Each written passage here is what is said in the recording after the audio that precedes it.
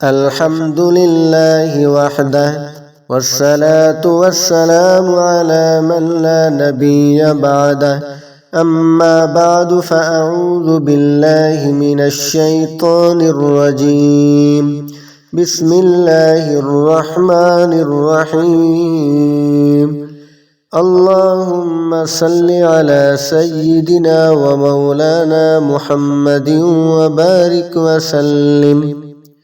السلام علیکم ورحمۃ اللہ وبرکاتہ۔ امید کرتا ہوں تمام خواتین و حضرات خیر و عافیت کے ساتھ ہوں گے۔ پروردگار عالم تمام کو خوش رکھے، آباد رکھے، زمینی آسمانی بلاؤں سے، مصیبتوں سے نجات عطا فرمائے اور حفاظت کا انتظام فرمائے۔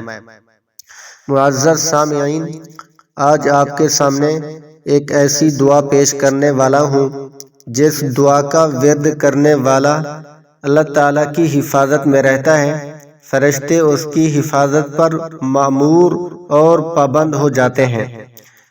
تو اللہ تعالیٰ کی یہ دعا کتنا طاقتور ہے جو حضور صلی اللہ علیہ وسلم نے سکھائی، اور اس کے اندر کتنی طاقت ہے کہ فرشتے ہر وقت اس بندے کے ساتھ رہتے ہیں۔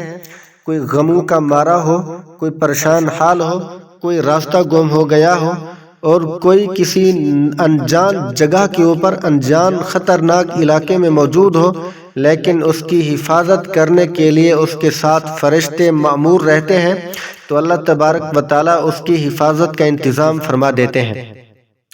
معزز سامعین، جو بندہ اس دعا کو پڑھتا ہے، صبح و شام ایک ایک تسبیح پڑھے گا، یا کم سے کم پریشان حالت کے وقت، بعین ہی پریشانی کے عالم میں اللہ تبارک و تعالیٰ کے ساتھ اسی دعا کے ساتھ دعا مانگے گا، راز و نیاز کرے گا، گفتگو کرے گا، تو اللہ تبارک و تعالیٰ اس کی حفاظت کا غیب سے انتظام فرما دیں گے۔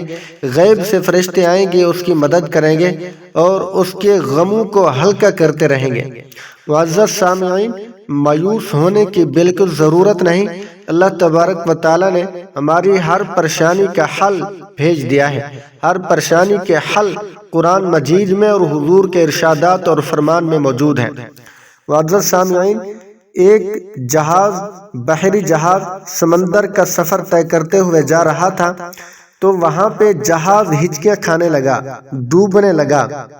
تو سارے لوگ پریشان کہ ابھی ہم موت کی آغوش میں آئے، ابھی ہم سمندر کے اندر غرق ہوئے، لیکن اس جہاز میں ایک اللہ کا ولی بھی موجود تھا، اللہ کا مقرب بندہ بھی موجود تھا، اللہ تعالیٰ کا نیک ولی بھی موجود تھا۔ تو اس نیک ولی کو نیند آ گئی، تو سارے لوگ پریشان کہ یہ بندہ نیند کر رہا، سکون سے بیٹھا ہوا ہے اور نیند کر رہا ہے، تو باقی سارے لوگ موت کو آوازیں دے رہے ہیں، یہ کیسا اللہ کا ولی ہے۔ ایک بات یاد رکھیں کہ جو اللہ کا نیک بندہ ہوتا ہے وہ موت سے ڈرتا نہیں ہے۔ موت اس کے لیے اللہ تعالیٰ کی ملاقات کا ذریعہ بن جاتی ہے، موت اس کے لیے راحت کا دروازہ کھول دیتی ہے، موت اس کے لیے چین اور جنت کی نعمتوں کا دروازہ کھول دیتی ہے۔ تو معزز سامعین، تو اس اللہ کے ولی کو خواب کے اندر حضور صلی اللہ علیہ وسلم کی زیارت ہوئی۔ تو خواب کے اندر جناب رسول اللہ صلی اللہ علیہ وسلم کو اس اللہ کے ولی نے عرض کی کہ اے پیغمبر، اے محبوب صلی اللہ علیہ وسلم، ہمارا جہاز ابھی ڈوبنے والا ہے، کوئی بچنے کا طریقہ وسیلہ بتا دے۔ تو حضور صلی اللہ علیہ وسلم نے دعائے حزب البحر سکھا دی۔ حزب البحر دعا حضور نے سکھائی، تو اس اللہ کے ولی نیند سے بیدار ہوئے، تو اسی دعا کا ذکر کیا، اس جہاز والوں کو بتایا، تو سب نے اسی دعا کو پڑھا، تو جہاز ڈوبنے سے بچ گیا۔ ڈوبتے ڈوبتے جہاز اپنی اصلی کنڈیشن پر آ گیا، تو اللہ تبارک و تعالیٰ نے حفاظت والے فرشتے فوراً نازل فرما دیے، تو جہاز کو ڈوبنے سے انہوں نے بچا دیا۔ تو جب جہاز ڈوبنے سے بچ سکتا ہے تو ہمارے چھوٹے موٹے مسائل حل کیوں نہیں ہو سکتے؟ تو اللہ تعالیٰ نے ان کو موت سے نجات عطا فرمائی، موت سے بچا دیا۔